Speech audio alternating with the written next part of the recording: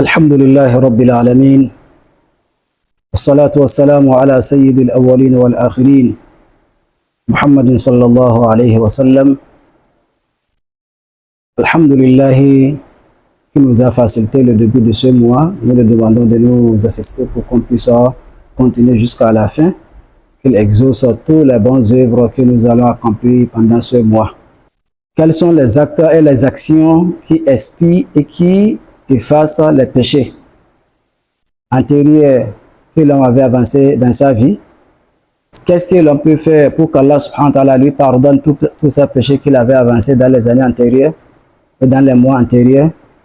C'est ce que nous allons voir au cours de cette vidéo en demandant à Allah subhanahu wa ta'ala de nous faciliter la compréhension de ce qui serait dit dans cette vidéo. Il est rapporté de la part Imam Bukhari et Muslim que le prophète sallallahu alayhi wa sallam a dit: Man sama Ramadan imanan wa ihtisaban ghufira lahu ma taqaddama min dhanbi. Quiconque jeûne le mois de Ramadan par la foi et par la quête de la récompense, ses péchés antérieurs lui seront pardonnés. Et également un autre hadith qui dit: Man qama Ramadan imanan wa ihtisaban ghufira lahu ma taqaddama min dhanbihi. Quiconque fera les prières nocturnes au cours du mois de Ramadan par la foi et par la quête de récompense et en espérant ce qui est auprès d'Allah, ses péchés antérieurs lui seront pardonnés. Et un autre hadith qui dit de la part du prophète sallam: Man qama laylat al-qadr imanan wa ihtisaban ghufira lahu ma taqaddama min dhanbihi. Quiconque veillera pendant la nuit destinée en cherchant la récompense auprès d'Allah et en ayant la foi par rapport à ce qui est dit par rapport à cette nuit et ce qui est dedans, ghufira lahu ma taqaddama min dhanbihi. Ses péchés antérieurs lui seront pardonnés. Qu'Allah subhanahu wa ta'ala nous fasse comprendre. Allah subhanahu wa ta'ala, lorsqu'il pardonne les péchés, c'est qu'il a effacé tout. Et quand on dit Allah subhanahu wa ta'ala, quand il pardonne le péché, c'est qu'il a effacé tout, c'est-à-dire qu'il ne va plus prendre personne avec ce qu'il avait commis. Celui qui avait commis des péchés et qu'Allah lui a pardonné ses péchés, alors Allah ne va plus le punir avec les péchés. Et ça, cela est effacé comme ça, cela est fini comme ça. Dans ces trois hadiths, le prophète sallallahu alayhi wa sallam, il attire notre attention sur trois actions principales qui sont la cause d'expiation des péchés. Et ces actions, c'est le fait de jeûner le mois de Ramadan par la foi et pour la quête de la récompense qui est auprès d'Allah, la récompense qu'Allah a promis.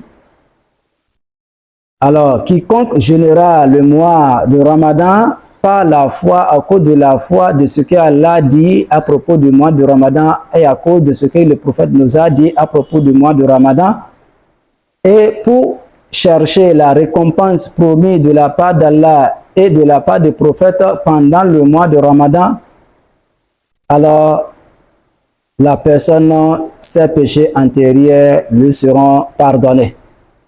Ce que la personne va recommencer sa vie avec, quand on dit la personne, ce que la personne recommencera sa vie après le mois de Ramadan en ouvrant de nouvelles pages dans sa vie. Également, une seconde action qui expie et qui efface les péchés, c'est le fait d'accomplir les prières nocturnes pendant le mois de Ramadan. C'est ce qu'on appelle Tarawih et Qiyamul Layl ou Tahajjud. Celui qui fait ceci par la foi en Allah et en ce que le prophète nous a dit, et pour la quête de la récompense promise de la part d'Allah subhanahu wa ta'ala et dont le prophète nous a informé, la personne aussi, ses péchés antérieurs lui seront expiés et effacés et nettoyés. La troisième action expiateur des péchés, c'est le fait de veiller pendant les 10 derniers jours en quête de la nuit destinée par la foi à propos de ce qu'Allah dit en ce qui concerne cette nuit et à ce que le prophète sallam nous a dit par rapport à cette nuit et en cherchant la récompense et la grâce d'Allah qui se trouve dans cette nuit. Ça fait 3 actions au cours duquel Allah subhanahu wa ta'ala il expie les péchés et il pardonne les péchés. Nous demandons à Allah subhanahu wa ta'ala de nous faciliter l'accomplissement de ce qui est cité ici. Mais nous allons remarquer qu'il y a 2 conditions qui ont accompagné les 3 hadiths. La première condition, c'est la foi. Jeûner par la foi. Accomplir les prières nocturnes pendant le mois de Ramadan par la foi. Veiller et faire la prière nocturne et faire les actes d'adoration pendant les 10 derniers jours du mois de Ramadan en quête de la récompense, en quête de la nuit destinée par la foi.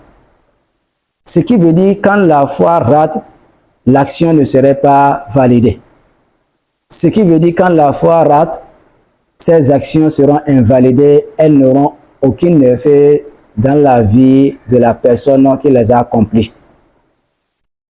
La seconde condition pour que l'homme arrive à bénéficier à travers de ses actions, c'est le fait de vouloir la récompense, espérer ce qui est auprès d'Allah, chercher la récompense qu'Allah nous a promis et celle dont le prophète sallallahu nous a parlé en jeûnant le mois de Ramadan et en accomplissant la prière nocturne pendant le mois de Ramadan et en cherchant la nuit destinée.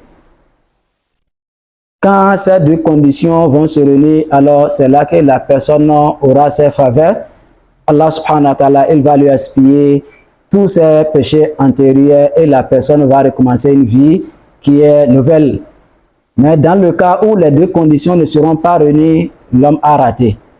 La question de la foi, c'est simple, c'est le fait de croire à ce qui est dit par rapport à ces 3 choses. Allah subhanahu wa ta'ala nous a demandé de jeûner.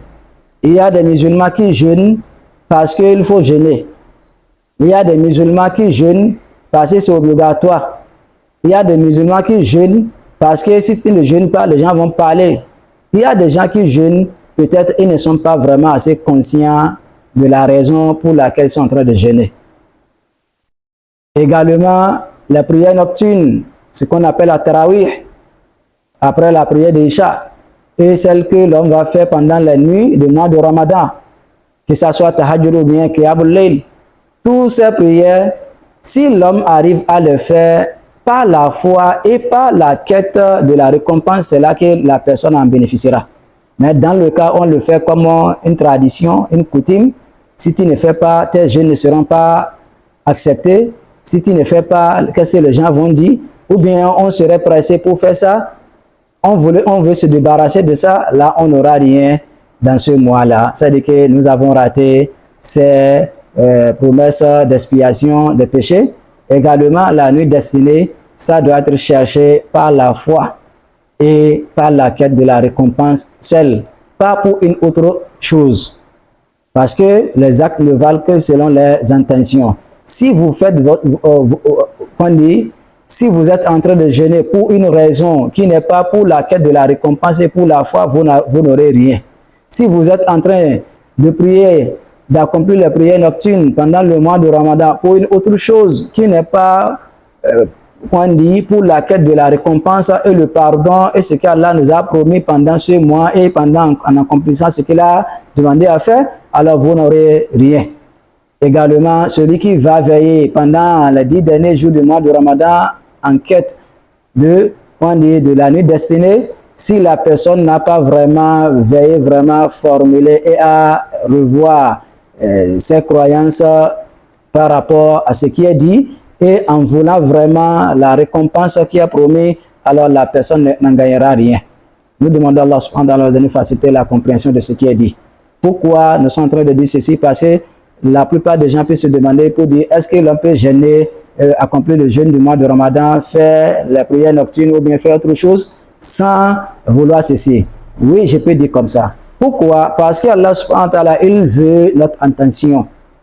C'est notre conscience qu'Allah veut. Allah veut qu'on lui prête l'attention à chaque moment qu'on dit quelque chose. Ce qui veut dire que quand vous voulez commencer, rappelez-vous pourquoi vous êtes en train de faire ce que vous êtes en train de faire. Quand vous laissez, rappelez-vous pourquoi vous êtes en train de laisser ce que vous avez laissé. Comment vous êtes en train de laisser. C'est ce qu'Allah veut. C'est que l'attention prêtée à Allah, c'est ça Allah subhanahu wa ta'ala il veut. Et que cette attention-là, cet vœu, ça soit adressé à Allah seul, pas pour autre chose. Quand c'est comme ça, alors vous avez gagné. Allah subhanahu wa ta'ala, il va bénir. Et c'est ça qui est la crainte d'Allah subhanahu wa ta'ala. Mais quand nous serons en train de jeûner, sans se rappeler pourquoi nous sommes en train de faire, on fait seulement pour faire. Et quand on fait la prière nocturne, en tout cas on va le faire, on ne se rappelle pas pourquoi on est en train de faire ce que nous sommes en train de perdre vraiment beaucoup de récompenses et beaucoup de faveurs qui ont été promis. Cela ne veut pas dire que Allah ne va pas nous récompenser. Parce qu'une fois que l'homme a accompli ça, il aura une part de récompense. Mais est-ce que cela amènera la personne vraiment pour qu'on lui expie tous ses péchés antérieurs? Parce que l'expiation des péchés n'est pas comme le fait de vous récompenser. Une seule récompense ne veut pas dire que vos péchés antérieurs ont été, supprimés, ont été expiés. Ici, nous sommes en train de parler d'expiation des péchés et le fait d'effacer et de pardonner les péchés. Alors ça demande l'attention. Cela veut que l'homme vraiment soit conscient de ce qu'il fait.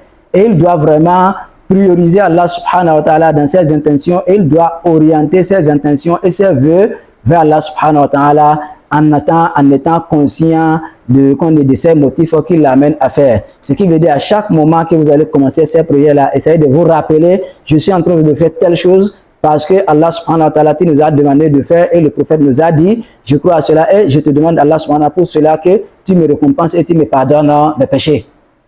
Et Allah subhanahu wa ta'ala, je suis en train de jeûner pour la quête de ta récompense et de ce que tu nous as promis.